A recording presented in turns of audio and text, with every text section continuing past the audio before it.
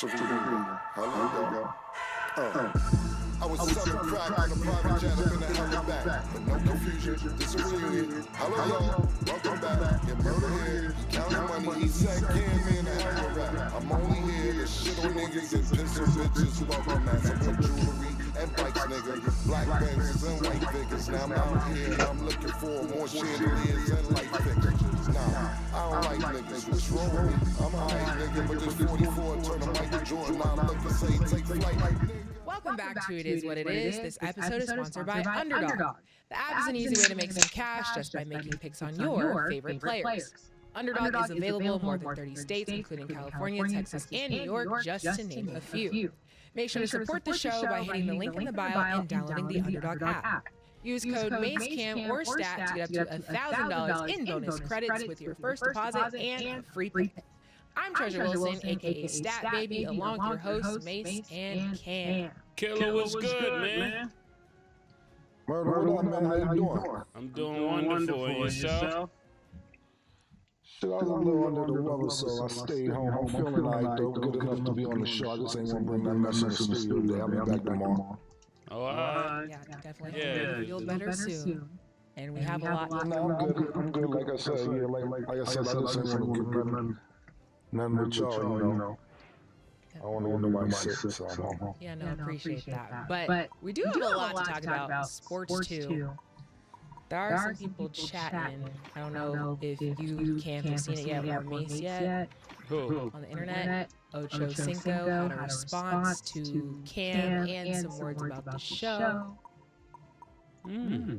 Talking about numbers, views, talking about somebody can't be afforded, where he's gonna be at, where he's posted up, he's good in Harlem. Who can't afford it?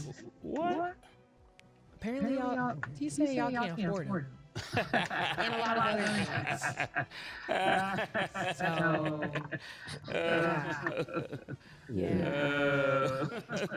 Well, listen. I'll be back. Every time I call you Killer and say, I'm gonna grow up. This is what happened. I told you.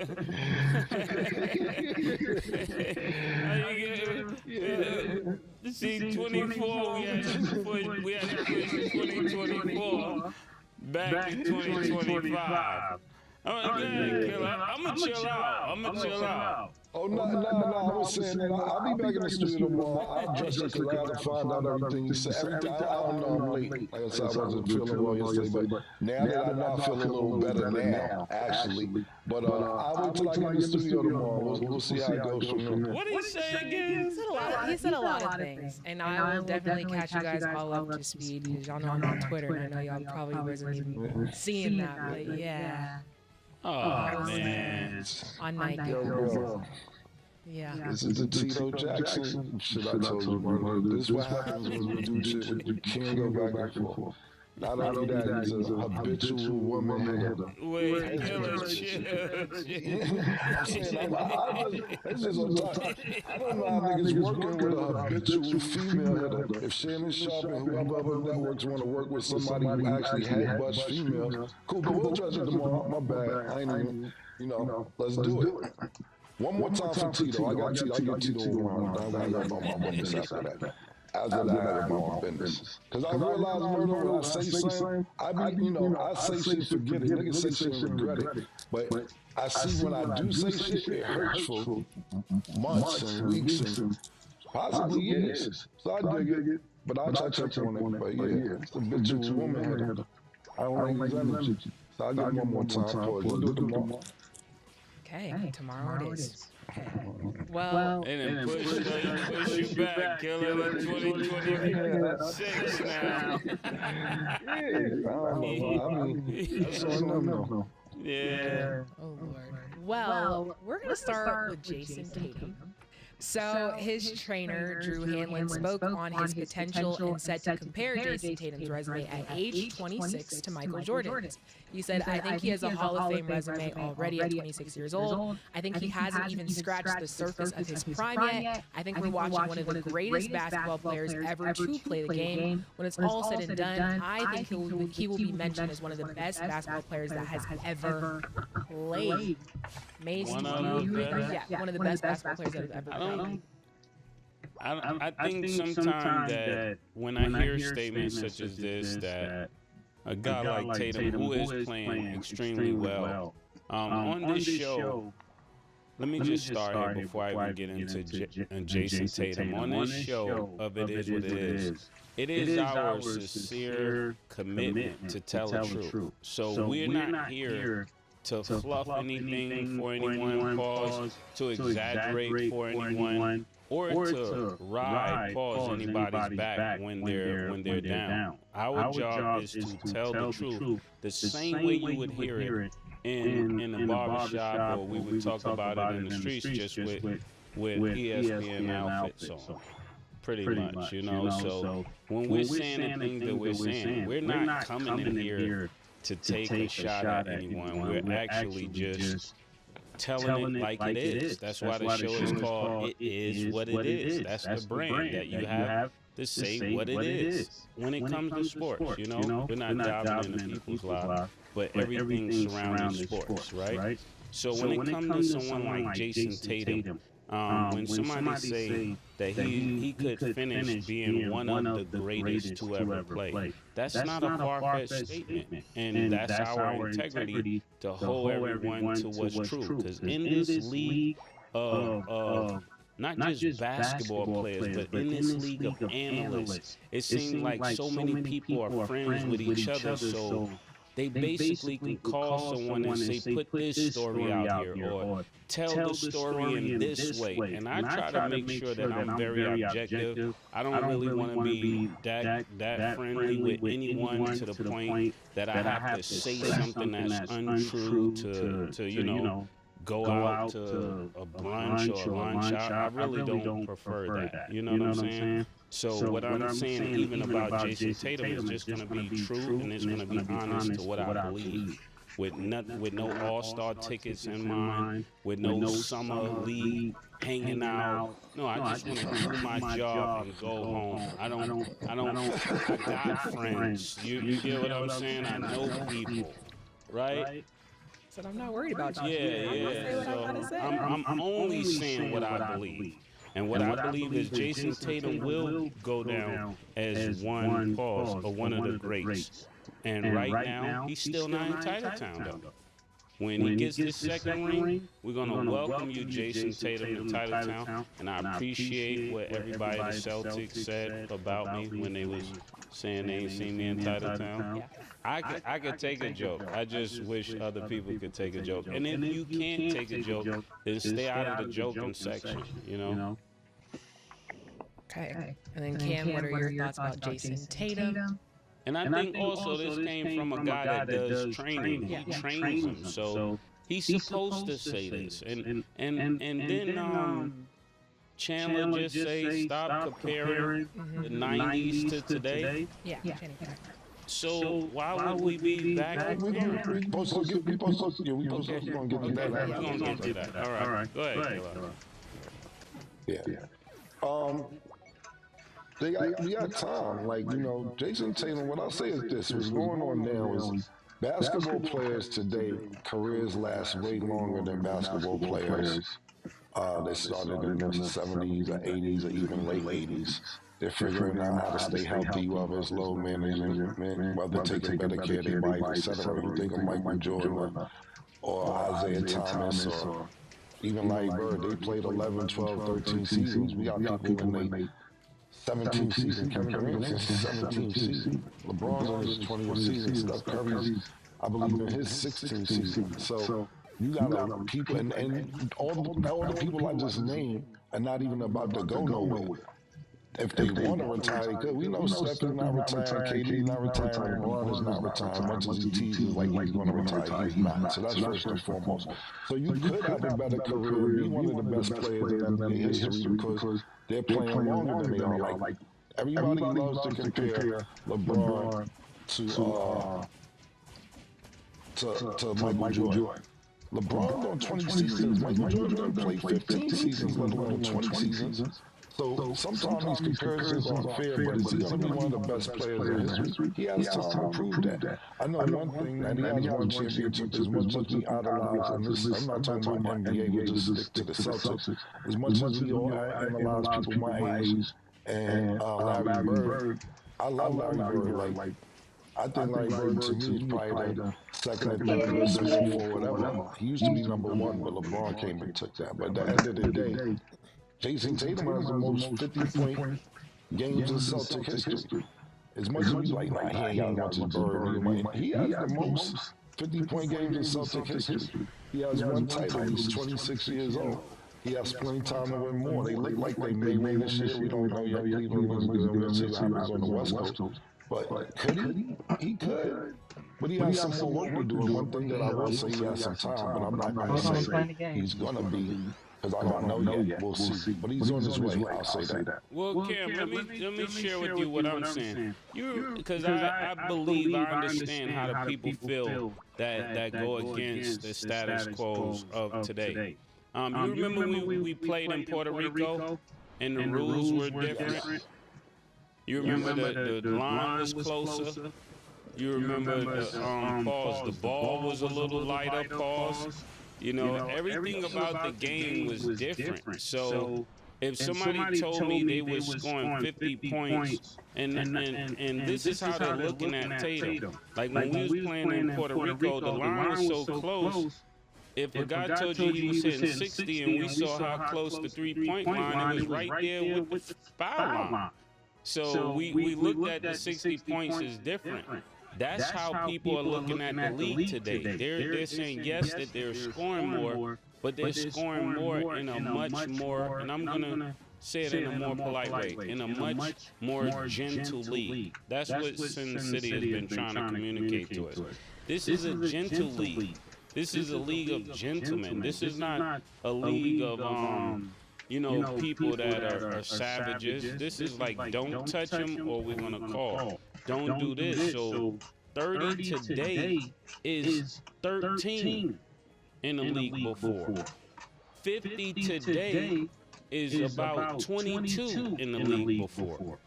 So that's how people are looking at it. Like, if you have 40 points on junior varsity, people are not going to respect that as much. I remember I was averaging 40 in JV, but on a team with all of you guys, I had like 10. Why? Because you're playing on a much more, intriguing team and a team of much higher caliber players. And I think today, even though they're more skilled, the drive is just different. And I don't know how they keep ignoring that, but it's just the truth. The drive is different. Pause. Okay, Cam, do you feel like the drive is different to Mason's point? But tenacity. Everything you said is correct, but I don't think that is the player's fault. But I don't disagree with anything Mason said. He's absolutely right. The game has changed, and you can't blame the players for the game changing. They changed the rules. They make it easier for the players today. I hear what saying. They stopped hand checking. You used to be able to hand check. 3-point line was for about 20, 25 years ago, but that's not the players' fault. So if the players are going under the rules that they are given, you can't fault them for going the rules that they were given. All right. I agree with that. My opinion. No, I agree with you. But what Mason's saying is not wrong. Everything talking about down to the numbers with 50 points today, where we would have been 50, half of that probably 20, 30 years ago. But see, like I said, I know we're going to get to the next topic though, but that's what Shannon Fry was saying. He's like, if y'all got to keep going 40 years ago to say this happened, Cool, and then I put that into perspective of when I first started playing ball. So let's say I was 11, 12, whatever, in 1988, 89. And somebody keep telling me what happened in 1949. I really don't want to hear what happened in 1949. Okay, Killer. Keep going back. Look, think No, about I'm just saying. yeah, think about that for a second, right? When you talk about Bill Russell and them, right? And then we didn't want to hear that. But when they watched Michael Jordan, they could not deny that he was a little above them. You know, it's not like our generation where we can actually argue that that's not better.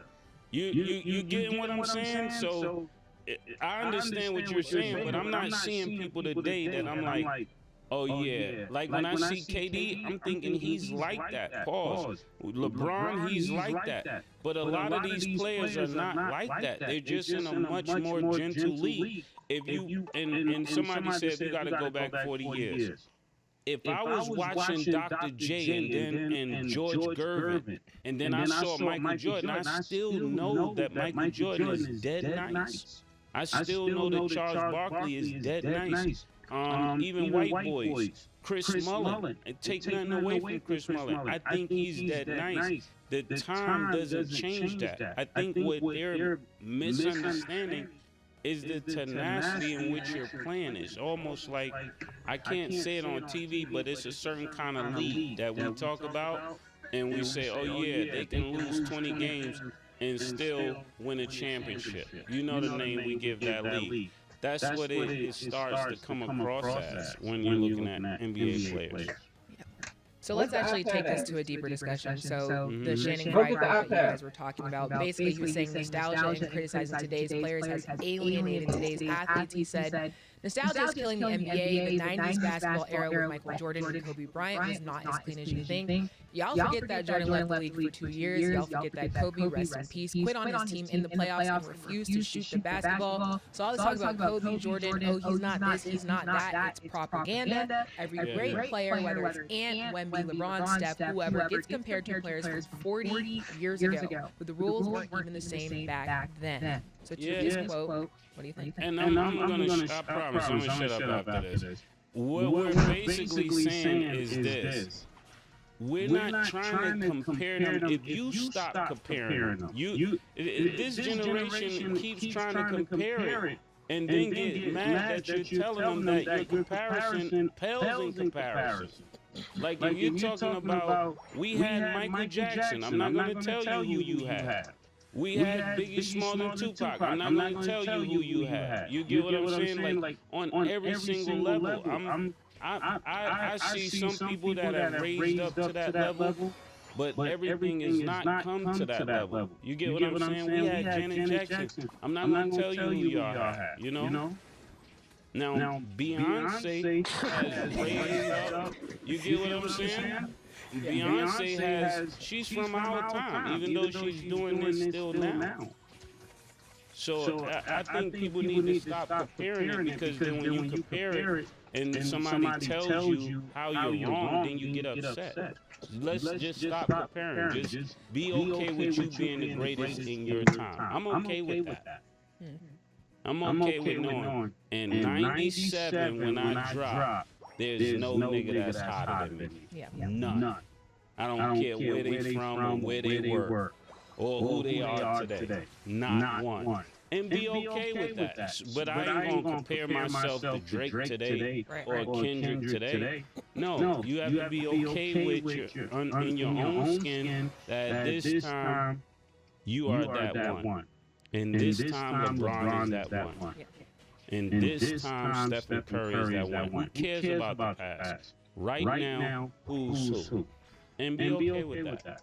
Great take. That's why they say comparison is the thief of joy, because we're always comparing things that are not. If you compare me, I gotta defend myself, and that's why we need to stop, because it is injustice. If I'm listening back to myself talk about Tatum, I can hear that. Oh, Mace hating on Tatum. You get what I'm saying? But I'm not. So I'm just defending my generation, because what I saw was better to my liking, to my preference. It doesn't take anything away from him. So stop comparing him. And that's the trainer trying to get him some more people.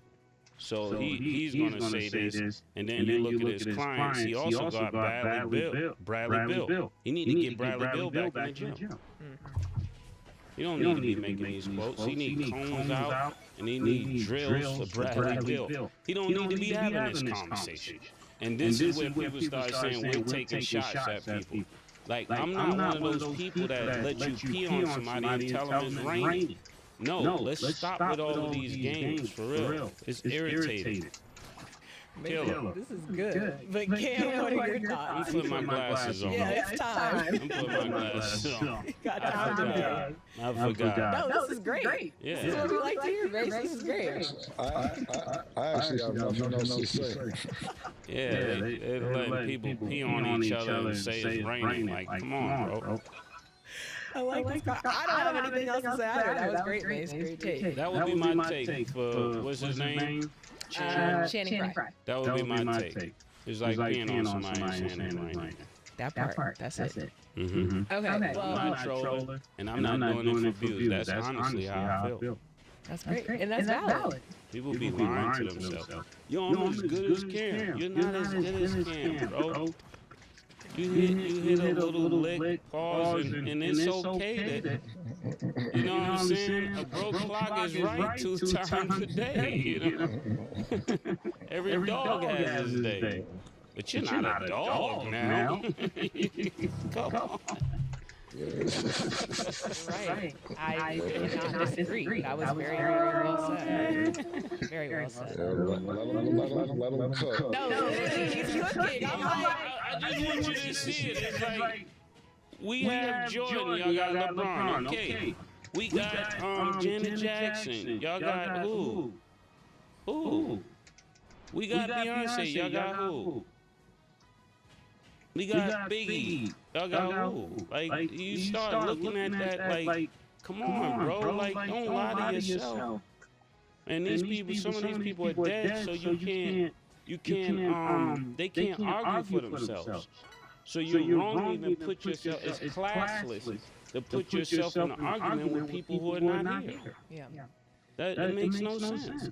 It's stupid. Right. Because you can't compare. Yes. Our generation, okay, they say Chris Brown. Yeah, like say Drake. Like, Chris Brown is amazing. Yeah. But you don't put him against Mike. Yeah. Like, it's a difference. Like, I tell people this. You get screams. You never had somebody fall out because they saw you. That's different than a scream. That's a whole nother level. You can't compare those. You get what I'm saying? I do. And this is like real serious because I don't even think what I'm trying to say is the money is so good in this generation. I don't think people are shooting for that level of greatness.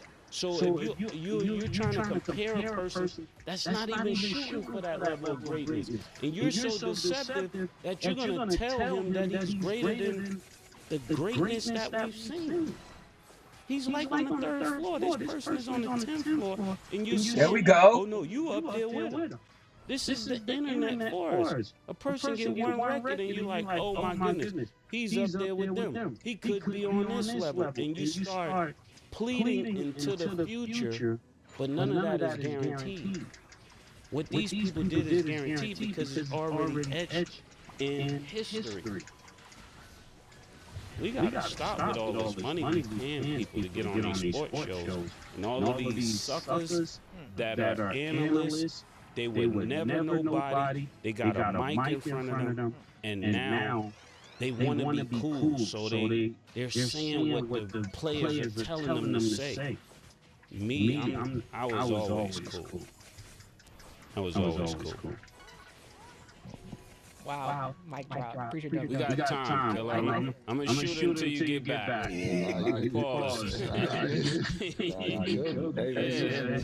Giving a lame report. We're going to let them keep giving a lame report. That's great.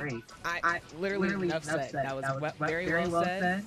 We're going to move on because there's no better time than now to discuss this Pistons win 117-97 over the Celtics. Oh, Gingars. This is their 8th straight win for the first time since 2008. Mace, does this specific game change how you view either the Pistons or the Celtics? No, and two things could still be right. Okay, so now we got the Celtics headed to Titletown. They're headed to Titletown. If all goes well, they win their second championship, and now I'm gonna let them live on the other side of Titletown. They won't be on my side just yet. They'll be on the light-skinned side of Titletown. But we're gonna welcome them in. But them losing to the Pistons is good news for Detroit. A lot of great things have happened for Detroit lately. I mean, other than the Lions not winning, they got Skilla Baby. They got all these people in Detroit doing well. Shout out to the music scene from Killer 9. Shout out to everybody in Detroit that's making their way from dancing to rap. You know, there's just so many great things going on, and them actually winning this game. They don't have to sell chicken no more. You remember that? If they win, everybody get free chicken. I'm happy for the city of Detroit, Saginaw, Flint, all of those places, even Pontiac. Shout out to all of y'all. Eminem, you know, D12, everybody. Kid Rock, Trick. And the list goes on. Okay, Cam, what are your thoughts on the Pistons winning over the Celtics? I think this was a good one for not just a good one, a great one, because last year I remember the Pistons leaving off most of the split shows just to see if their losing streak was continued. They was going towards the most losses ever in NBA history, and that was losing all sports shows. For them to be in this position today is really incredible. I don't think that Boston played up to their full capability. They wanted to see what the Pistons was going to do. At this, when I say this level, I think this is a big game. Pistons in fifth place. Detroit was packed. Jalen Rose was there. It was really crowded, and the stadium was crazy. And they had the energy, the momentum. And Boston was like, okay, y'all feeling it? So rock out. And they looked really good. Yeah. I think Boston played up to Boston's expectation. I think it was more about Boston. Good job. Not saying they want to lose the game, but let's see what these niggas is really about, because they was going to be on 100, and they was on 100. So congratulations to the Pistons. Y'all are going to get some attention that y'all deserve, but what are y'all going to do with the attention that y'all get? That's the question. Got it. Okay, so y'all, Podcast P is taking a break, but we will discuss when we From podcasting? We will discuss. Or from the Sixers? We'll find out when we come back from the break. Okay.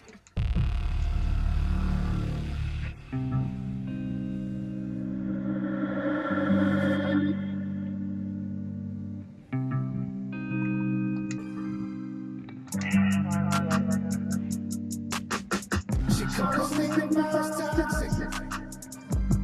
4 years and counting. Got you feeling like an option. Maybe I'm my own problem. She tired of hearing I don't know what's happening. Me won't fall. Dealing with this thing called trust. I did not mean to leave you.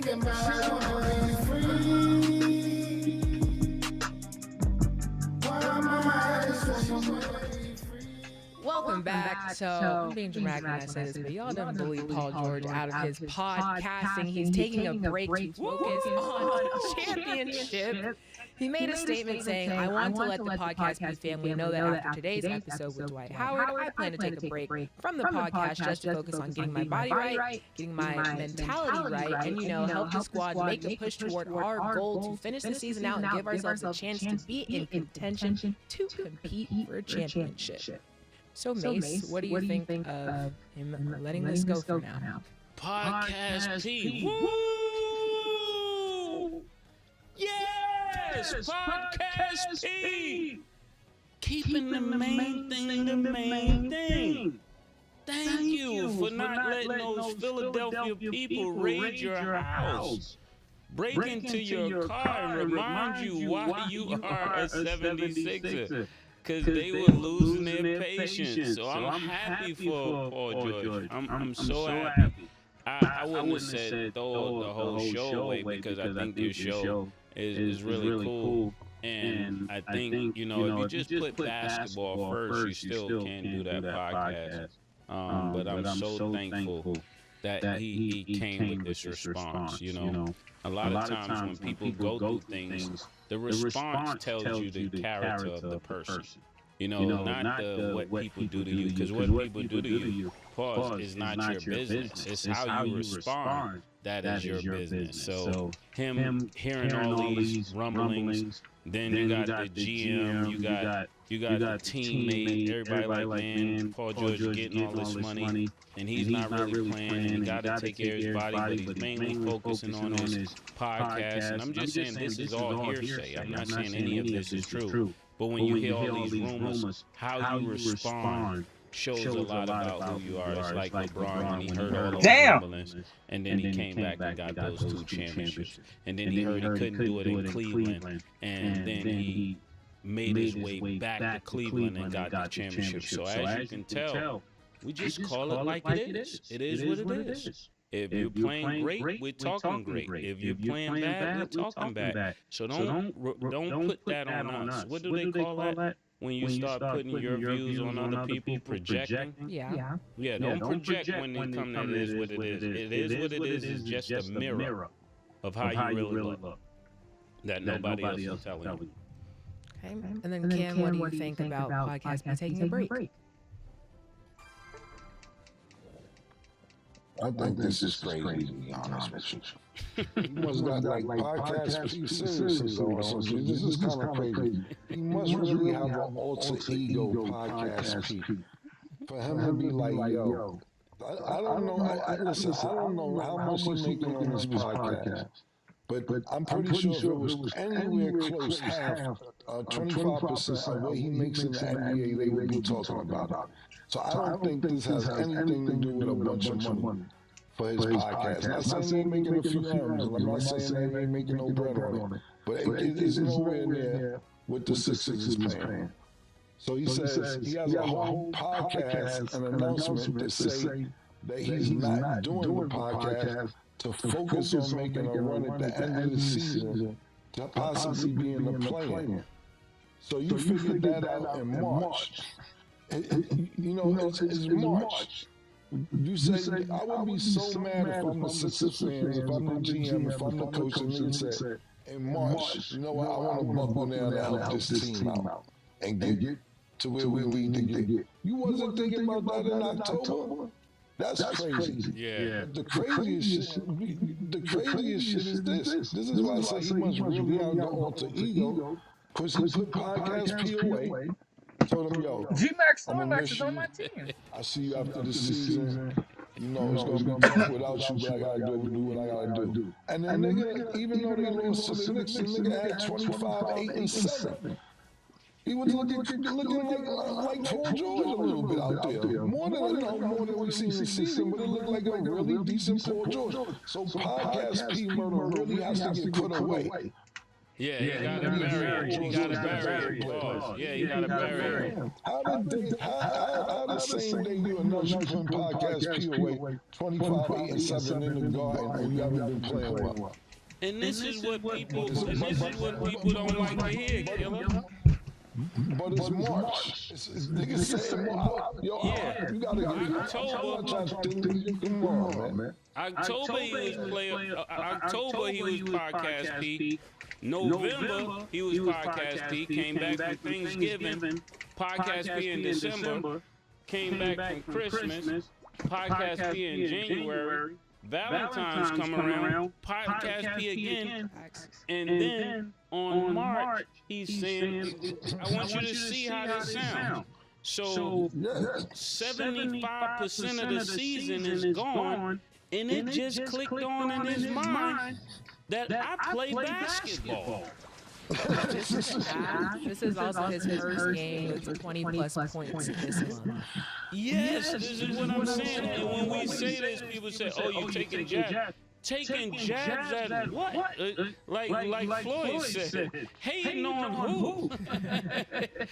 Yo, 75% of the team, 75% of the season is gone and is just clicked on in his mind. And this is what happens when people don't tell you the truth. Now, somebody may say, Mace, you got his number. You should have said that to him.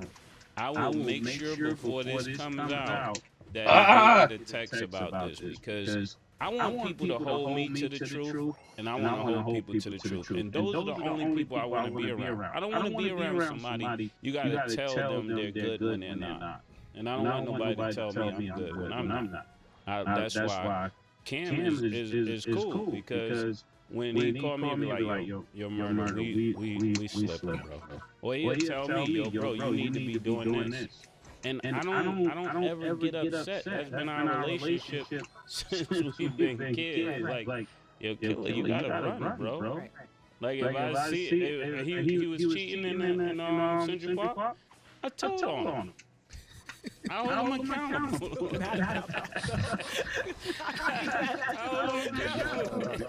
You just found it out, though. Just like we just found out that playoff P, podcast P is back. It be like that sometimes.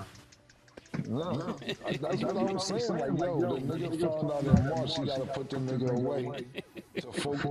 I'm just trying to say, see, I think, listen, today you make, I don't even gotta say it like you saying everything, but see, that's what I was saying before you actually broke the must down. Forget the fans and people like us who talk about this. The niggas who pay him have to be on fire. We've been paying you all this months, but you wasn't focused on helping us get to the playoffs. Yeah. What do we say to? He works to me. He's a full-time podcaster and a part-time basketball player. Until last night, he's back being a basketball player. That's all I got. This is what I work. Shout out to the girl. So, I do want to reiterate his quote really quick. So he said, give ourselves a chance to be in contention to compete for a championship. Do you think that they have a strong chance at that? Okay. Now I'm going to switch. Pause. I'm going to switch into what most sports analysts do when they're cool with a player. This is what they'll say. Well, you know he's going through things with his family. Maybe the podcast is therapy for him. They love to put it in a realm where you can't refute it. This generation is great at excuses. If you can't do the job, give the money back. That's my quote. If you can't do the job, get the money back. If you're not going to show up, give the money back, bro. People love to spend the money and not do the job. If you can't do the job, give the money back. That would be what I would say to that. Valid. And then it can. The question was, do you think the Philly got a chance? No. That's why we need the money back. That's why we need the money back. Philly absolutely doesn't have a chance. Saying does Philly have a chance is like running a marathon and you skip Brooklyn, you skip Manhattan, you skip Long Island, and you're going to start running in the Bronx? No, there's no way you're going to finish with us.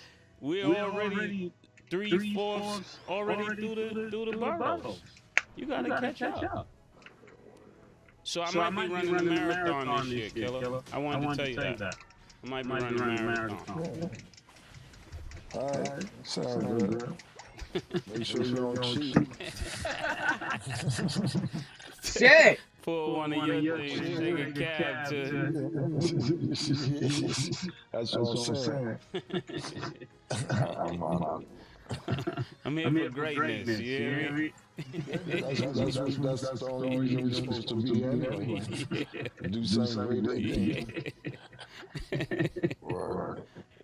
Make Harlem great again. Yeah. Anyway, seriously, the Sixers, I don't think they have a chance this year, especially with Joel Embiid probably going to end up shutting it down. But the interesting thing is this, they're only 2.5 games outside of the play-in. That's what's crazy about the play-in, is that the play-in, you can be fucking up all year, end up getting in the 10th seed, win the 2 playoff games, and then be in the real playoffs. Imagine that happened. Now, I'm not saying they were going to win the playoffs, but let's say the Philly ends up making it to the play-in, the 10th spot, 9th spot, whatever. Win the 2 playoff games or whoever they got to play in, now they're in the playoffs. It's a whole new conversation. Now I'm more mad at Podcast P. Because you've been fucking with niggas all year and you could have been doing this. That's what you're saying?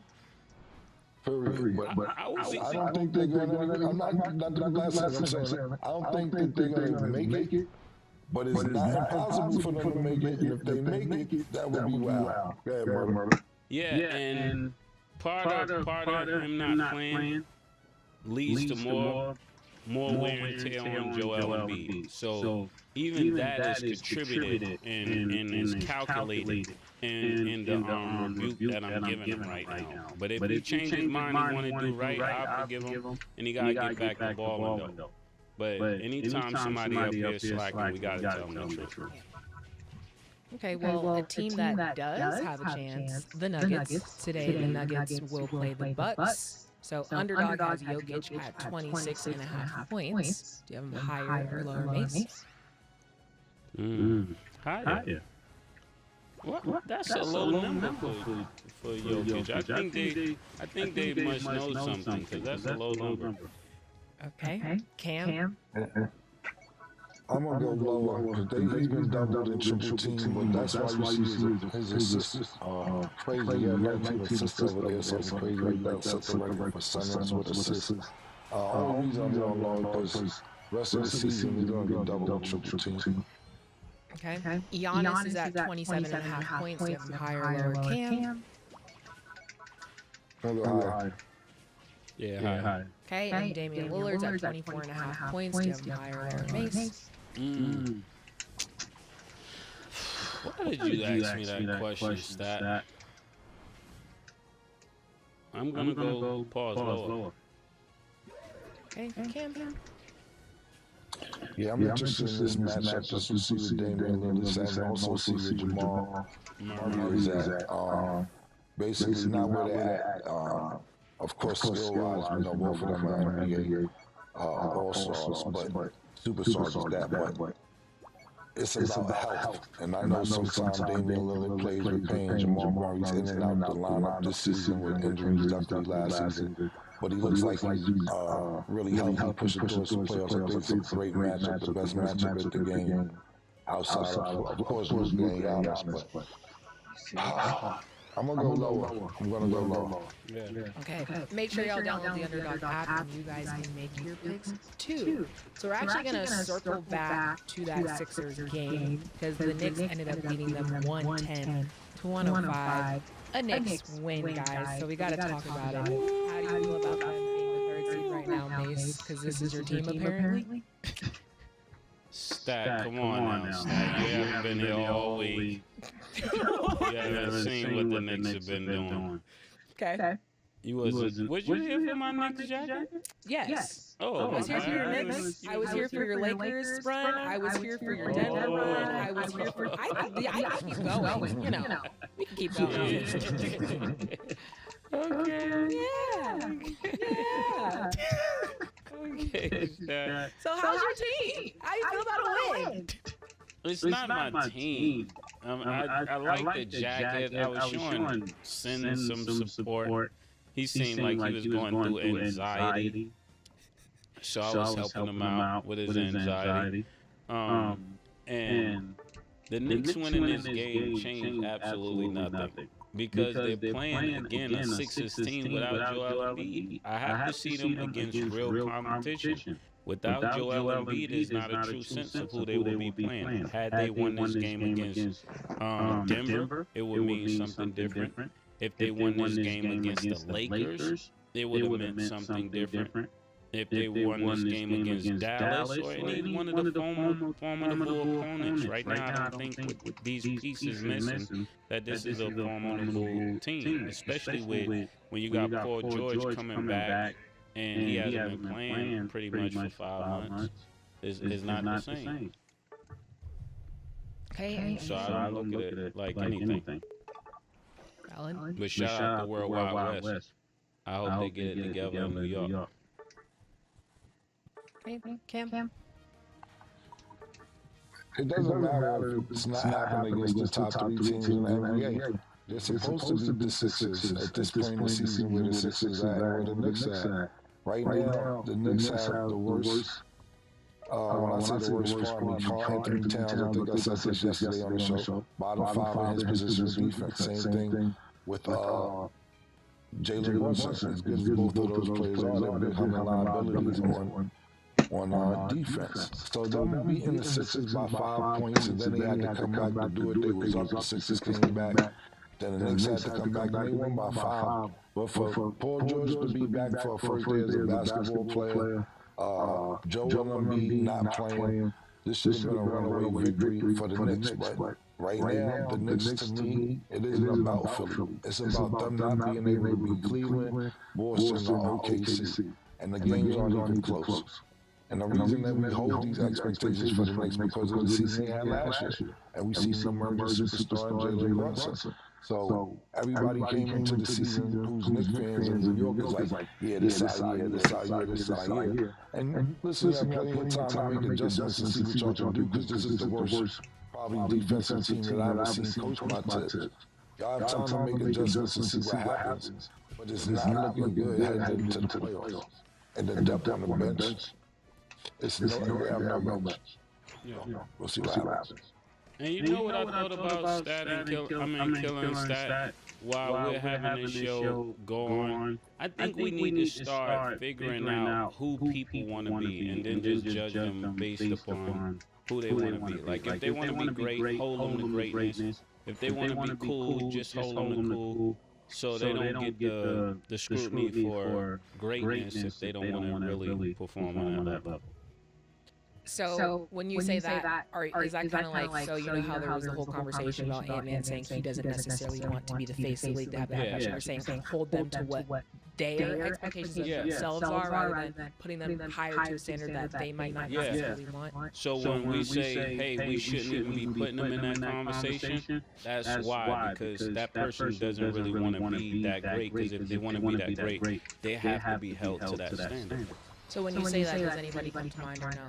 No, I'm just saying, I'm just going to start applying that to everybody. So there's nobody have to feel no way. If you want to be that, then I'm going to talk to you like that. But if you saying you want to be, you putting this person in the greatness conversation, we got to hold them to what greatness is.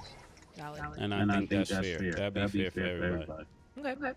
Sounds right. And then so we talk Pistons, we talk Celtics, we talk Knicks. But from what we've seen so far, Mason, let you go first. Who are your top 5 teams right now that you think have the most potential to win it all? East or West? If we're talking East or West, what top 5 teams I believe can win it all? The Lakers.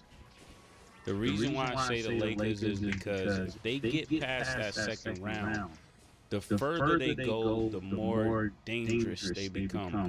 Because you got 2 elite scorers. When it comes down to a 7-game series, it's who can impose their will, because you may have a good game, the bench may win a game, but it ultimately comes down to who's actually better and who can get it done. And I just don't think in a 7-game series, if you put LeBron on that stage, that he'll shy away from the moment. That's why I'm starting with the Lakers, not just for new hotness. I think they have that Cinderella story written all over them because of the trade and everything that happened with Bronny. What would be better that Bronny came in and won a championship with his dad? that would just be pause, mind blown. But the second team is, and I'm not saying this in order of this is the Lakers is the best team. That just was the first one that came to mind. Boston definitely can win it all. We already know every reason why Boston could win it all. Then when you leave Boston, you got Denver.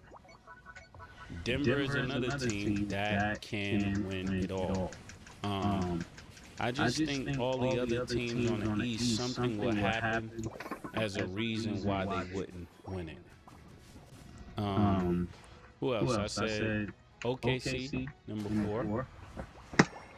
And I really can't go with 5 because there's a lot of teams that are tied right there. Who else? I would say the Knicks, but just the Knicks just is always something going to go wrong. You just don't know what it is. I'll say Golden State. So the Cavs are on your list. Golden State and the Cavs are tied for 5. And then Cam, what are your thoughts? And my list, and this is in my order. I think Boston's number 1. Denver's number 2. Those teams at the top purely because of experience. They've been to the championship. They actually probably both NBA champions. Boston Celtics in the Jason Tatum era have been to the Eastern Conference Championship. I believe 5 times, 2 times NBA championships. They know what it takes to win. When it boils down to the end of the season, it's looking like everybody's healthy on Boston and Denver. Number 3, I would go with OKC. They're young, they're looking good, they're actually looking unstoppable. My question for them is what are they going to do in the 7-game series? We sat there and watched them beat Minnesota, I believe it was Sunday. Then Monday, they blew a 27-point lead in the 4th quarter. So those are adjustments that people are going to make on OKC throughout the 7-game series. Number 4, I will go with Cleveland. Cleveland's looking really good. Donovan Mitchell got his money. Mobley is looking like an official center. I know he didn't get to that, but he's looking like he possibly a good defensive player of the year, being that Wemby's out. Garland's looking sensational. First time Cleveland had 3 All-Stars since the LeBron era. I like Cleveland number 4. Number 5 is going to probably be a shocker, but I'm going to say the Dallas Mavericks as well. The reason I say the Dallas Mavericks is because Dallas, and this is based upon their health. When Dallas gets Anthony Davis back, Gafford, and Lively, they're going to be a full-fledged problem in the front court for every team in the West.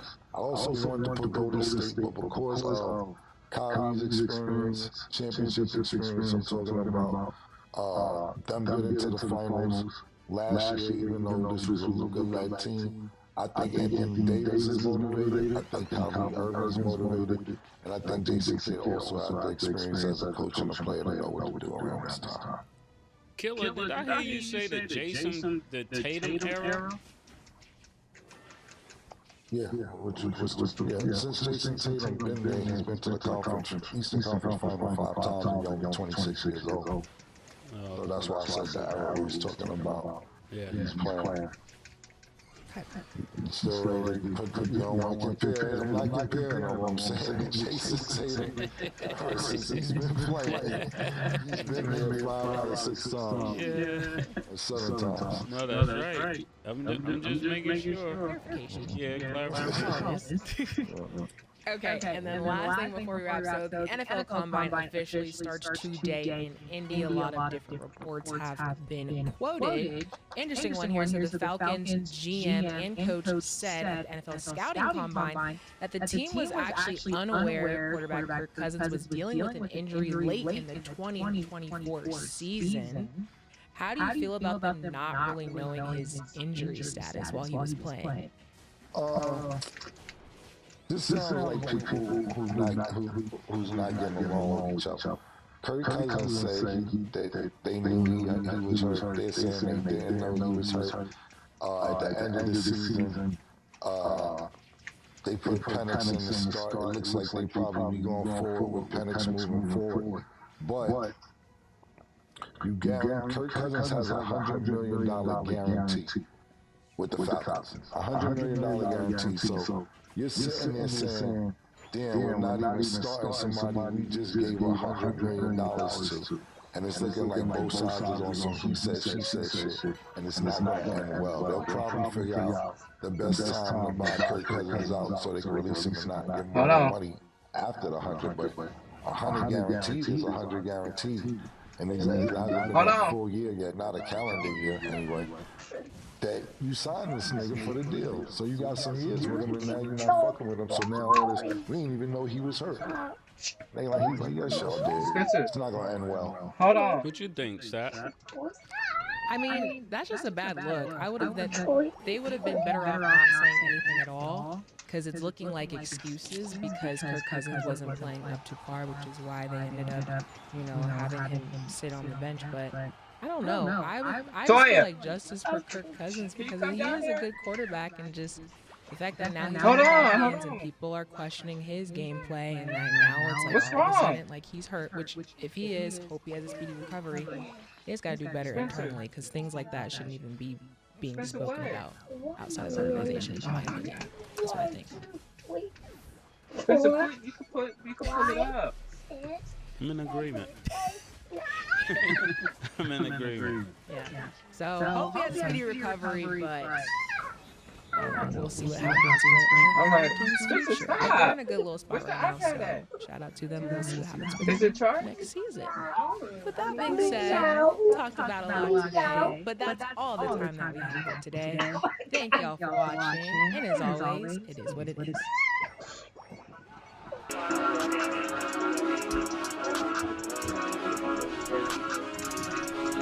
Huh?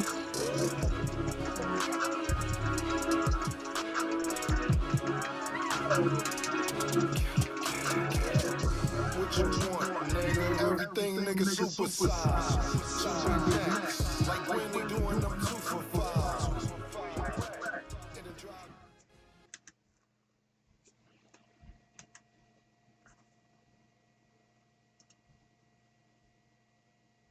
Wake that ass up. In the morning. Breakfast Club. Morning, everybody. It's DJ and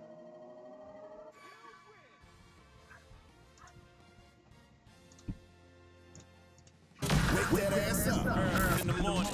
Breakfast Club.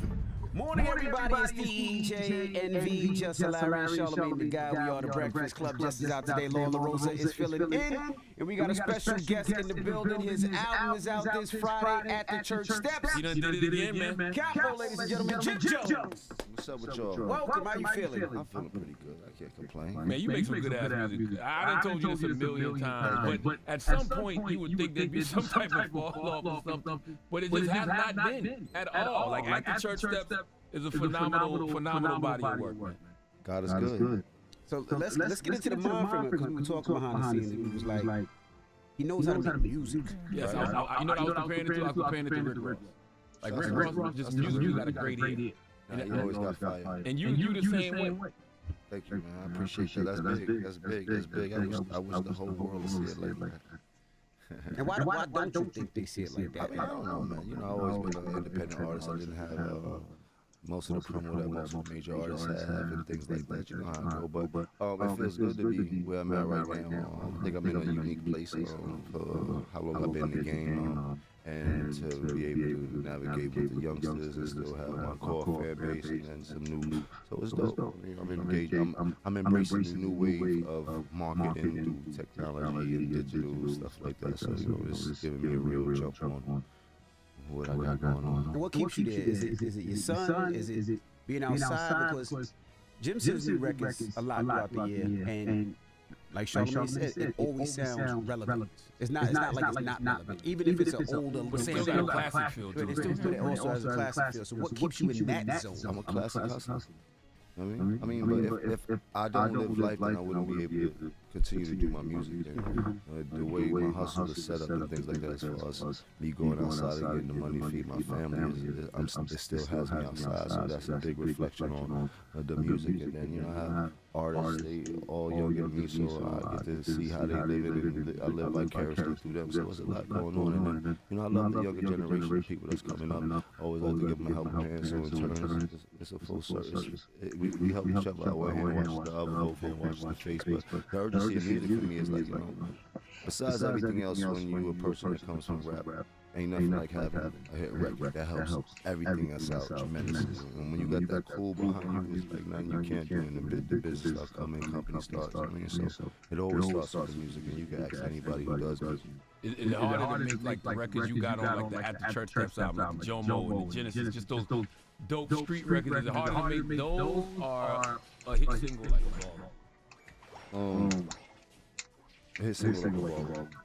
Because the records that you hear is a reflection of things that I really want to if you listen to the music and things like that, like, you know what I mean? So it's like, it's very easy for me to talk about actual real things that, you know what I mean? But you got them records that you need for get lit in the club and things like that. Sometimes those are the hardest records for me to kind of produce, you know what I mean? Do you chase Ball, or do you chase that record, try to make a bigger record, or do you just make records and say, if it connect, it connect? After the success of Ball, I used to chase Ball.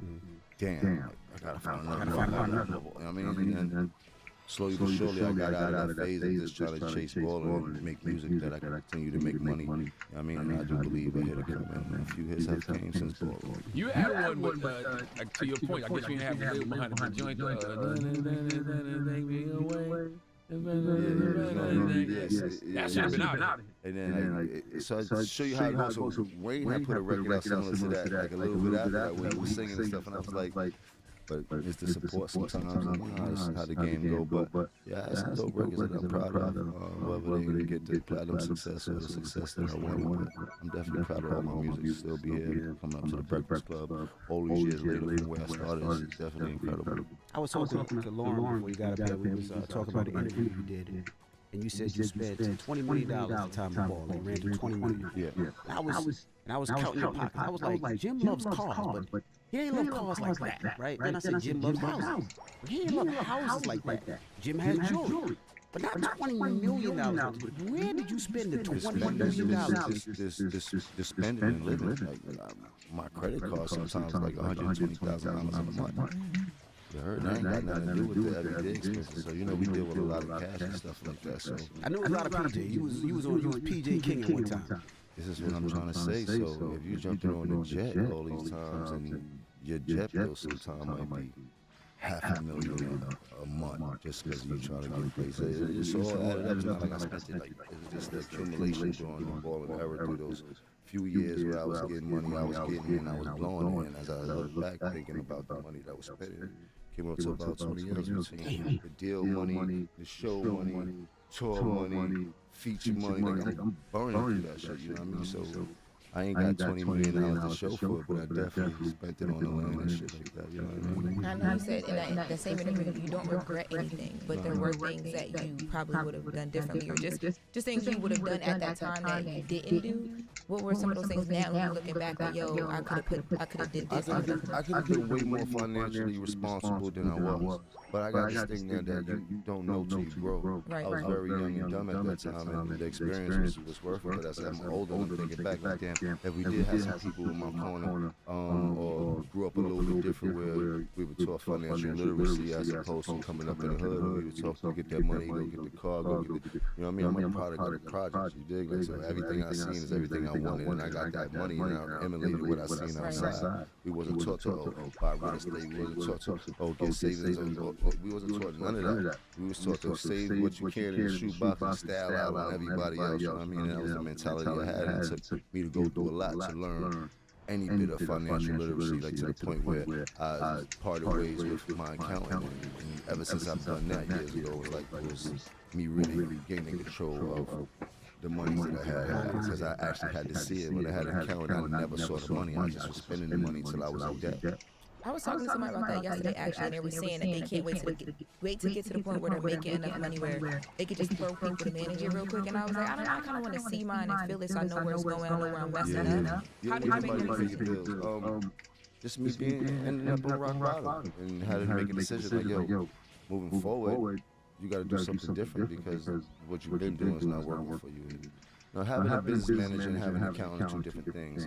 Sometimes an accountant acts as a business manager, but a business manager is really supposed to help you make some money with the money that you have and things like that. You know what I mean? And then an accountant helps you just pretty much pay your bills and keep your taxes in order and things like that. You know what I mean? I didn't know the difference between the two. I mean, it's just, but I learned. You know what I mean? And I'm here. God is good. I was able to bounce back. I was dealing with some scary times, but I always had a hustling spirit. I know how to make money. You know what I mean? But I didn't know how to make business. So now I've learned how to make business so that this business can make me money. So I'm in a whole different stratosphere in life right now, and I feel real good about it. Your debut album is On My Way to Church. On My Way to Church. This album is at the church. Yes. 20 years later, I feel I'm that much closer to getting my life totally together. You know what I mean? And we can't do that without having God in our life. When you gonna go into church? Actually, in the church. I'm very close to it. I mean, I grew up in the church for all my life. You know, when I was younger, Sunday school, all-night prayer meeting, all that type of stuff. So I'm a God-fearing man. I mean, I have very good morals, a very great moral compass, and that's why I believe that I'm still able to be here in good faith and things like that. You know? Lauren, tell them what you said. I like the conversations people have about music when they not in front of you. Tell them what you said. You didn't know about Jim. You listed out. I was about to go there. From the order of how you put this project together, I didn't know that you were like emotional, as emotional as you are. Yeah, I think it's like, and I don't think that's a bad thing. I think it's like, when I think about you, I think about like Jim Jones, Tough, You Don't Play With Him, and I think about the big records. I don't think I've ever really sat and digested a full project, and I did that in preparing for this, and I was like, man, you put a lot out there, you talk about how you feel, and you take your time with it, where like I really felt it. I'm like, wow, he was really going through some things. And then by the time we got the church steps, it's like, okay, now he's coming up out of it. I didn't know that you were like that in your music. You know anything about cancer? What I tell you? What I tell you? I learned today. So that's who I am. All of my music, I pretty much wear all my emotions on my sleeve, which I've gotten better at. Like my decision making used to be all about an emotional decision. You know what I mean? And I make the wrong choices a lot of life, and I've gotten very good with me keeping a level head and not letting the little things get to me and things like that. Things that I can't do nothing about. You know what I mean? So. And I'm proud of myself for doing so, because there was a time where I would react to every little thing and put myself in all types of trouble for no reason. And I would never benefit from it. I would be like shooting myself in the foot every time I had something good going on. Is it therapeutic for you then? Because when you hear the music, you literally hear you expressing your life to music. I feel like if you listen to this album, whatever questions they have, you answer them in some way, shape, or form. Yeah, 100%. That's what this album turned into be. You know, I was doing this album for 18 months, so this album changed directions like 3-4 times. I mean, it was a core body of work that I always loved, like records, but as I was living life and going through certain situations, the music would change and things like that. And as we all see, everything that transpired in the media recently and things like that. So I was able to get a bit of that emotion also and other things and answer some questions that people, you know what I mean? So it was good. It was good for the music. It was good for my soul. You know what I mean? I needed that. I needed somebody to poke me. I mean, so I could wake up and get back in my bag. It seemed like the media questioned you at one time about your role in Dipset. And Diplomats. How did that affect you, right? Because I mean, everybody who's in New York or around the country has seen what your role was or thought what your role was. So how did you handle that? How did that make you feel? I mean, it was crazy when I woke up. Shout out to Chris. She's like, yo, listen, put your phone down, breathe for 5 minutes, and turn around and think about it, and don't overreact. What people want you to do first of all. And overreact in the house. Okay.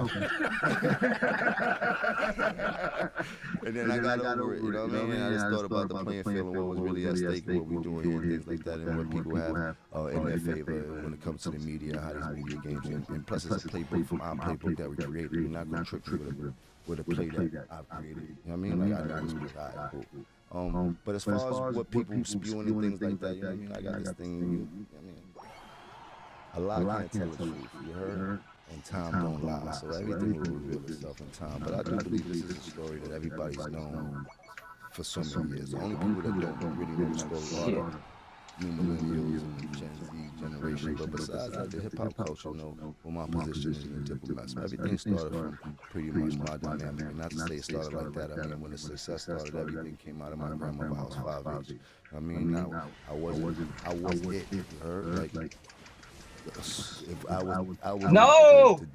the denominator in between everybody. Like, if we didn't have that little stuff, I don't believe that they would have went in the direction it went. Not saying he wasn't rapping before I met him. We Not lost. saying none of this stuff. All the things that he was Are you saying, serious? foolish and shit like that. It's all jokes to me, but I do know what I did. I think everybody know what I did. I mean, everybody in Harlem knew me.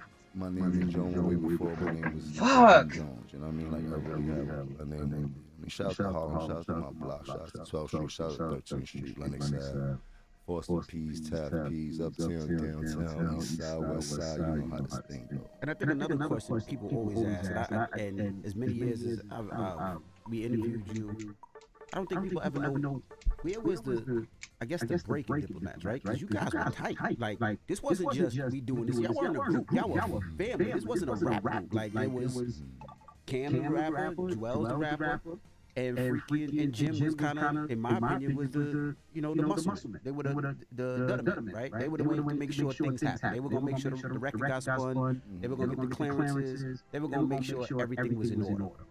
That's what you see. But it started from me and Cam being broke in my grandma's house with no money.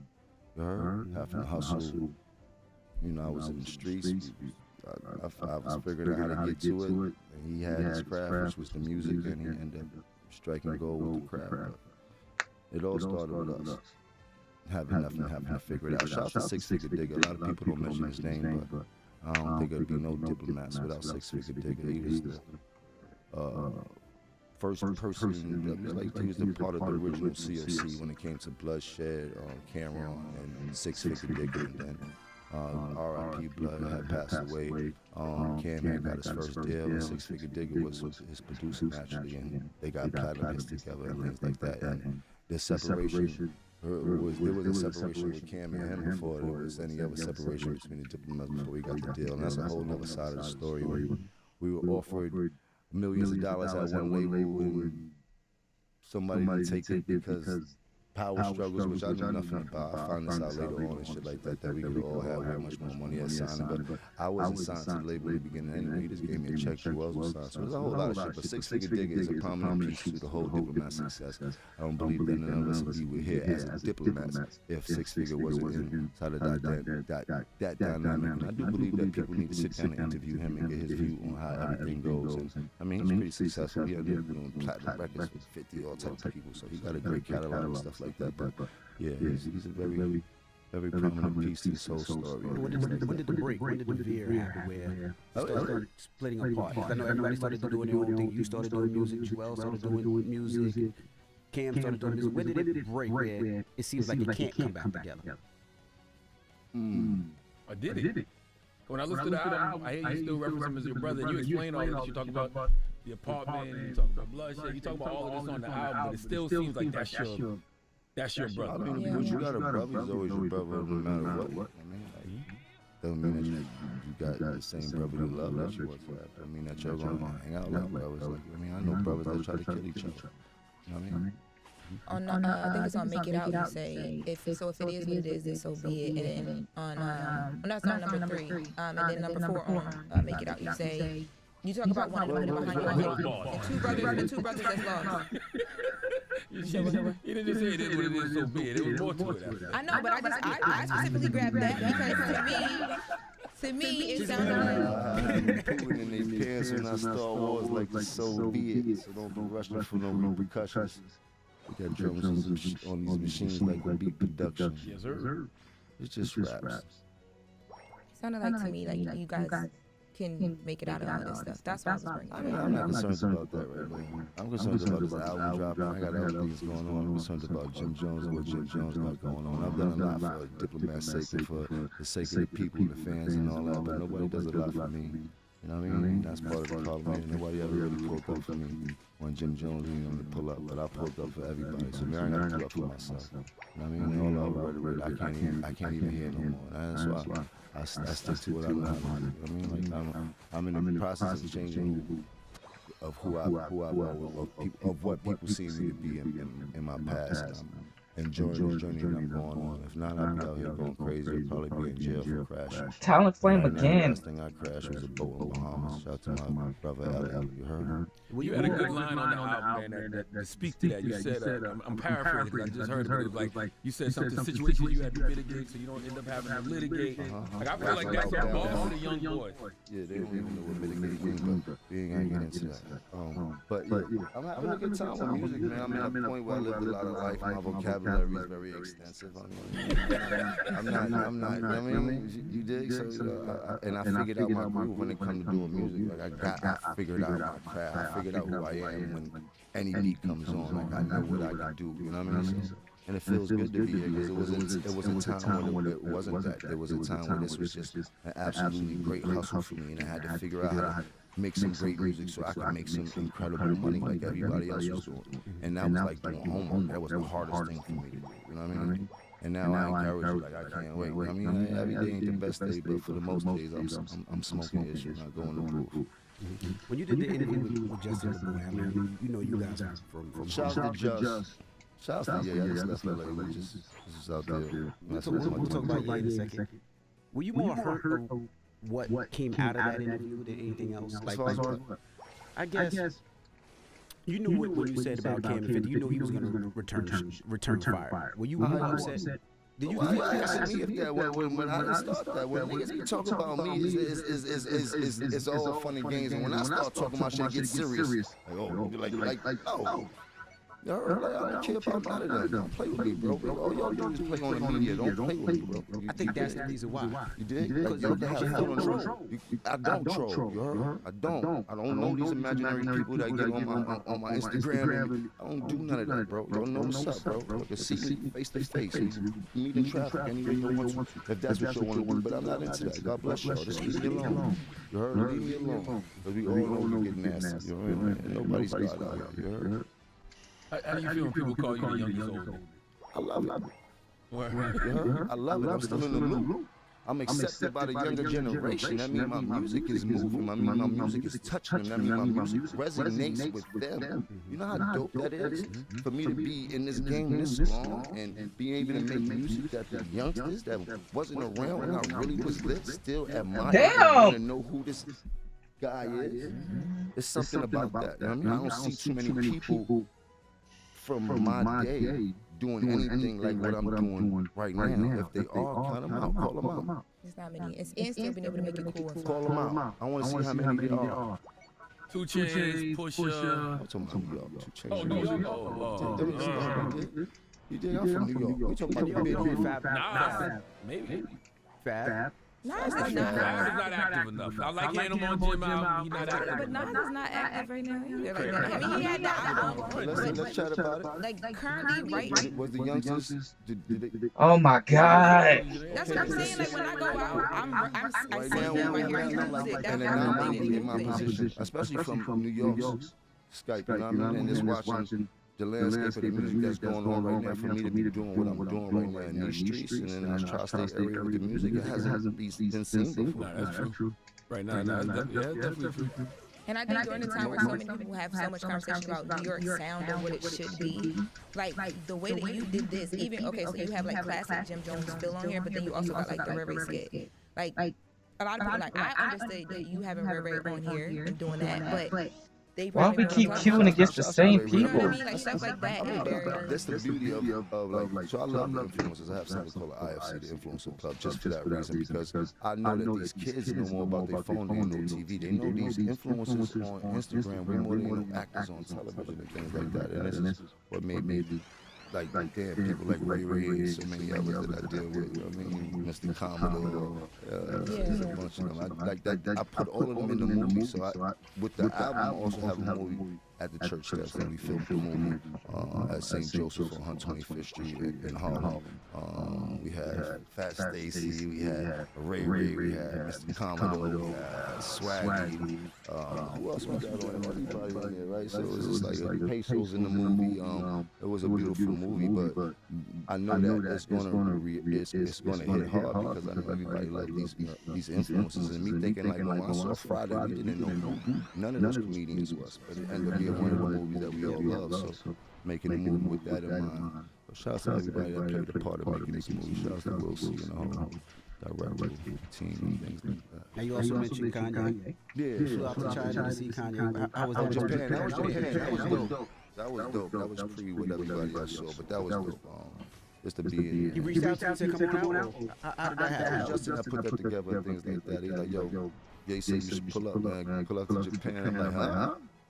Pull up to Japan. Like, yo, bro, you say like that's Brooklyn. Like, yo, we all But it was dope. It was a dope experience to see him work, see the genius he is, getting to understand them more and things like that. You know what I mean? We all have friends that, it is, but he's definitely a dope soul, man. I believe that he's misunderstood in a lot of ways, and I believe that he does things for people to misunderstand him and things like that, but I kind of understand him, but he's definitely dope. He's definitely a hood-ass nigga underneath all of that, you know what I mean? That's what I say. Did you give him a diplomat shit? Yeah, definitely. So it's his. He has. That's his shit. You heard? That's his. Yeah. Diplo, yeah, you heard? That's my dog. Did he ask you for it? Like, you say, yo, this well, as you see in the footage, if you see in the footage that we don't have everything laid out. Like, first of all, he asked me to bring, I brought like 4 or 5 suitcases of this drip. You know what I mean? So he wanted me to help him with his fashion, with his brand and things like that. So that was the whole thing for me going to Japan or something like that. I forgot more where I was at. You gotta remember that. you talking about the jewelry, the gym, and all that. Oh, yeah, so he went through the jury ticket. And he didn't take it off. So naturally, I was like, man, you hold on to that. He was like,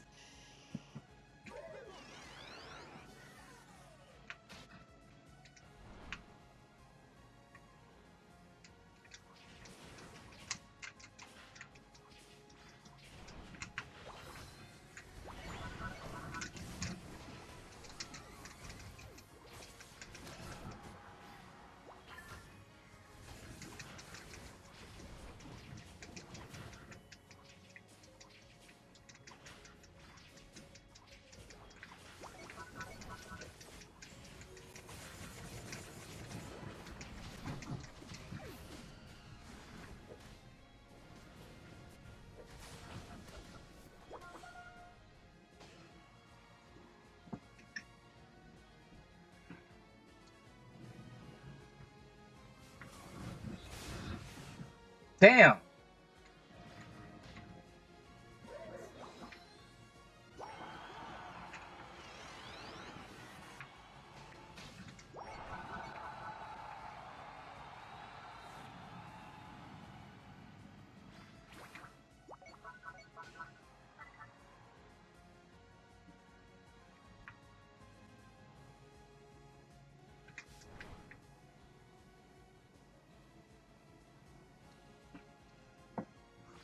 what you mean? He said, he said that was dope, man. Shout out to him. Incredible dude, though. I was doing some music with him yesterday. He let him listen to my album. He started breaking the records down like, you need to do that. And I'm like, yo, bro, my album come out Friday. Come out Friday. I cannot pull it there. Like, I don't have, you dig? Like, but it's dope, so, man. Moving forward, we definitely gonna make some dope ass records and things like that, man. Jim Jones fashion line or something coming? I mean, well, I've been helping him with the Yeezy brand. It's pretty dope. We got a bunch of things going on with that. I'm excited about that. You know, fashion is one of my things. Getting fresh is one of my things. So giving me an opportunity to express myself in that field, I think it's pretty big. You know what I mean? From a business perspective, you know, if you put time into that, you put energy into that. Don't some of his antics affect the business? I'm a partner with you. You gotta slow down. I'm not a partner of his. You know what I mean? Like he owns his brands and things like that. I didn't do nothing. I kept getting things that he needs help with. But I can't say this, man. We all have friends that do. Well, I have friends that do things that I don't necessarily agree with that they're doing, but that don't make them not my friend. You heard? These are still my niggas no matter what goes on. And I ain't saying anything about anybody. I'm just saying in life. You know what I mean? Period and shit like that. You know what I mean? I don't get into certain people's business, but if you my dog, that's your guy. You're just not wearing a swastika t-shirt. I mean, I ain't getting into none of that. I don't do politics. You dig? I even vote. You heard? You have nothing against whoever's the president. You dig? Whoever the president, I feel should get that much respect because they are the president. I'm from the Ronald Reagan era. You know, he's proud to have whatever president. He's the president. You know what I mean? And nowadays, I see a big divide with this politics. It's almost crazy how aggressive everything become. Like they want you to just be like F the president. Like how he's still a president. Like, where's the respect? in this country when it comes to certain things. You know what I mean? So it's just, and let me shut up before they start bombing on me. I know they about to go crazy on me. Got the red hat on. This is, read it. Tell them what to say. Yeah, you heard? That's all this is about. You heard? I don't got no political agenda. You heard? You know what I'm about my community. I do all my politics, political things is for my community. I do everything to help out whatever I can do in my power. You know what I mean? I don't think you get enough credit for that either. Like I see you out there, you know, at the Boys and Girls Club. I see you out there in Harlem giving out clothes to the kids. Like you do that a lot. Yeah. Oh yeah. Shout out to my people. That's my community. People always ask why I'm there. I definitely not there to show off or look down on anybody and things like that. I am there as to be a bit of inspiration for these kids to see somebody that came up out of the same circumstances that they did and they was able to figure out how to get out the matrix. So me being there is like a beam of shining light. You know what I mean? That's how I feel about it and things like that. And I'm gonna keep shining my light on my people and things like that. I mean, but certain people they have. I mean, for me, it's like I have a mission. I mean, God put us here to do certain things, and I do believe this is one of the things that He put me here to do is to help people. You know what I mean? Till I figure out how to help more people, I'm gonna help the people I can, and that's my community. That was another thing, I guess. People would try to say, you're not from Harlem, you're from the Bronx, you're from the Bronx. I think you cleared it up in Jomo. Yeah, but who cares? I'm from New York City. I've really been in the turf, been in the field. I come from, you know what I mean? Like, you know what? I escaped to be worried about the rhetoric. And I was caught up in it. Like, I had to think about, like, bro, I done lived in Harlem. I done lived in Queens. I done lived in Brooklyn. I done lived in, like, I done lived in the whole city. You know what I mean? Like, I done lived in Aruba. I lived from a lot of places, you heard? It ain't where you from is where you at, and I get to the chicken and wherever I'm at, you heard? What's wrong with Staten Island, though? Because Ray Ray was coming up Staten Island crazy. I'm like, that's definitely gonna jump. I said, it's not gonna I'm taking my jump you like Ghostface might see you and put them Ghostface killers on you, heard? Like, you talking bad about Staten Island. Shout out to Staten Island. Shout out to Liddy. I have an artist out there in Staten Island, man. Shout out to my dude Liddy, man. You've always moved very militant, but you know, you don't. You keep the street life, you keep the rap life. But on this album, you included some court recordings about the Mel Matrix situation. Why was that? I don't know, shouts to Melly, free Melly to listen to reverse, man. It's my brother, it's my heart, my soul, man. I really love and respect that man. I mean, for numerous amounts of reasons, not just the obvious that people know and things like that. Like, he's a man of honor, he stood 10 toes down. Along with Shotty, along with Harvey, along with all the others that got faded due to somebody not playing the game right and things like that. You know what I mean? I see that I gotta tip my hat to them every time. There's probably so many other things they could have did in those situations, but they decided to stay down like gangsters do. You know what I mean? So I definitely gotta shout that out. You heard back, yada yada death. But those are actually the real recordings from the actual transcript of what Mel Murder was going to call for. And let's keep it clear, Mel Murder case has nothing to do with the non-trade case that Shotty and everybody got locked up for. Mel Murder's locked up for heroin and fentanyl charge because he was getting some money out here and things like that. And he was getting money with a person that wasn't right. And these are actually recordings from the transcript that he was going to court and what they was asking. The DA was asking questions to whoever and things like that. And, I just wanted to put it out there and, you know, it's my dog and things like that. I just wanted to show people things that, as a black man, that we go through to try to make a good society and you be in this rap game, how sensitive things can be. And it's crazy. I give a lot of great advice, and sometimes I hardly take my own advice. So when people hear that conversation, it's like, yo, I tell people stay off their phones all the time and look what happened. I mean, the same thing came back to bite me on the ass and things like that. And that could have caused me a whole lot. But God is good. I got some good brothers around me. I'm still 10 toes down, you heard? So long as I'm out there, you heard? It's free until you see him. He'll be home in a little while. For real. I guess that's what I'm asking. You're not running from the affiliation, even though we in an era where people getting jammed up for shit like that. Jammed up if you're doing crime. Yeah.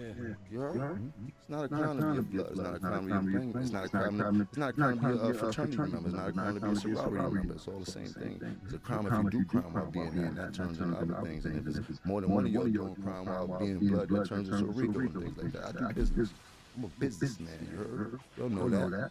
You are I make music, baby. I always want to ask, right? You know, in past interviews, we talk about it, bringing bloods to New York. You ever regret that? I didn't bring bloods to New York. God damn. Here you go, sir.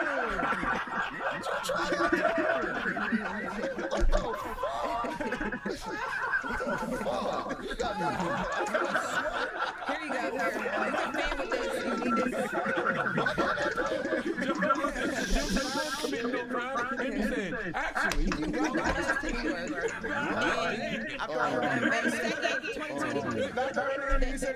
made it popular. That's what I was asking. That's a difference.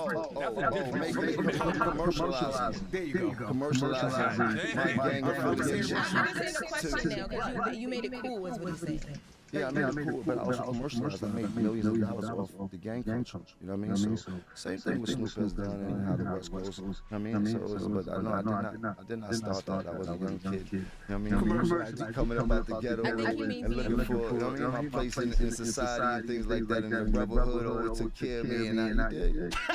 Shout out to the brothers, man. You know what I mean? But do you regret it? Because it was you commercialized it, you made it cool. Do I regret anything? No, I don't, because I've done so many positive things being in this position, as being a man, as being a gang member, as being a father, as being all these things. If I didn't have this platform, people would never know how great some of these people can be, because I put on a lot of people with bloods. I put all type of people in positions to make money and feed their family and things like that, and employ so many people and show so many people how to walk in the right direction and things like that, and understanding there's a thin line between crashing out and trying. I mean, and you ask anybody, anyone that's around me, you ask them what if I ever encourage them to do anything wrong. You know what I mean? My objective is about getting a dollar. Each one teach will be staying tight. The wall is up. Can't nobody fade us. Let's protect ourselves. You know what I mean? Of course, if somebody crossed the line of discretion as a man, you have to protect yourself. But for the most part, that's not my lesson. It's not violence. You know what I mean? At all. But in this rap game, we use violence to make a lot of money, and that's what these labels egg us on to do. You know what I mean? And we see the money and we think about the money more than anything else, and it's so easy for us to get caught up in that rabbit hole for so many of us and things like that. Just talk about things that we actually went through. You know what I mean? Especially for some of us. A lot of us are just, you know what I mean? But no, I do, man. You rap about the labels having, I don't want to say a certain responsibility, but I guess a certain responsibility. When you saw Leo's comments that he made up here, What he said? He basically just was like, he got to eat too. What he said? He said he got to eat. What he say? He said he got to eat too, you know, in regards to, you know, people pushing the drug culture, the gang culture. I mean, bro, nobody's twisting, nobody's saying to do anything. This is entertainment business. Shout out to Leo. I've learned a lot of lessons from him. I don't agree with everything that a lot of people do and things like that, but he was one of the first people that gave me a position to be one of the biggest executives in the game at Warner Music Group. So I really ain't got too much bad to say about him. I more have something to say about myself by letting people like Dame and Killer trick me out of those positions when I had the power by making me feel less than when they would see me inside of the office. Like, oh, you working for these niggas? Oh, you a dude boy? Oh, you a son? You ain't no boss. I'm boss don't work for nobody, but not understanding my position, how much power I had that I could move, you know what I mean, in this game, you know what I mean? And it was things like that always kind of, so there's a lot to it and shit like that, but shout out to Leo, you know what I mean? Like, I ain't got nothing bad to say about nobody. You on the label stuff. I was watching another interview. You were talking about you're trying to get your masters back right now. Yeah, I'm attempting to get my masters back. I'm trying to Because you said y'all were independent, but y'all weren't independent. We were independent. Gotcha's an independent label. You want to tell them what an independent label means? Or should I tell you? would know better than independent label wasn't a major label. It was two different type of labels. It wasn't a major label. You know what I mean? So we signed to an independent label. We signed to a label. We got a real label, but we was making so much money, and the word independent was so alluring and things like that. That made it felt like we signed, but that's not really what we signed and things like that. It wasn't the independency of you see Slim Thug in Houston had when he was out the truck. It wasn't that. You know what I mean? It wasn't that at all. We might have thought it was that because we were getting so much money, but in that circle, I ended up signing a deal for my solo album, which I was happy for. But me still running through the street the way I was and trusting my career business sense with my partner. I just wasn't into reading the contracts or understanding the business of it because you know how I felt we was moving and shit like that. And later on in life, when people start selling their catalogs and doing all the shit, getting in the bag, I got a real catalog. Let's not get to that too. So when people are buying these masters and things like that, like I was like, oh, I can catch up. Busy off it. I might make my exit off of this and then trying to get that together. Somebody like, go, you lawyer, like, yo, you don't own your master for life. For life? What year was that you found out? 'Cause like 4 or 5 years ago. wow. So who owns them? Ooh, my heart just dropped. Yes. Cam too, or just Nah, it's Okay. Koch. I signed my rights to my masters over the Koch with it. Life term and shit like that. So Is the president Alan Celeb? You had a nah, good nah, relationship. that's not even called Koch. What's the name of it right now? More but You don't even got a building to run up. nah, there's a building. I got a VL deal with a Pacer up there. His album comes out next month that we signed up and things like that. So, but they don't got nothing to do with us out back then. But you know, legally, my lawyers starting to make calls and see what could be. You know what I mean? Done. Now, you did mention something I want to talk about, because this has been a conversation for 10 years, right? You just mentioned, you said that they tricked you out of it because they said bosses don't work for people, right? And that's a conversation our community has. But I've been, and I think Charlamagne been trying to say for a long time, you could be a boss and have a job but still do your thing on the side. I mean, period. It's a whole premonition of how they make you feel, certain situations and things like that. You gotta know